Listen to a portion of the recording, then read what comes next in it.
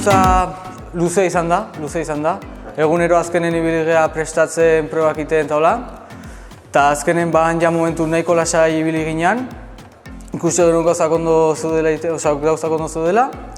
Eta saria emateko momentun oso pozik. Azkenen pasa genituen egunak tailerren hor lantzen,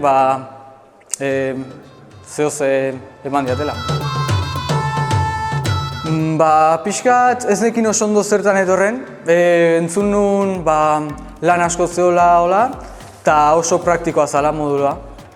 Eta orduan nola beti izan naiz praktikoa eta nola ondo, esan nuen probatingoet, eta berzebuz, eta oso guztua.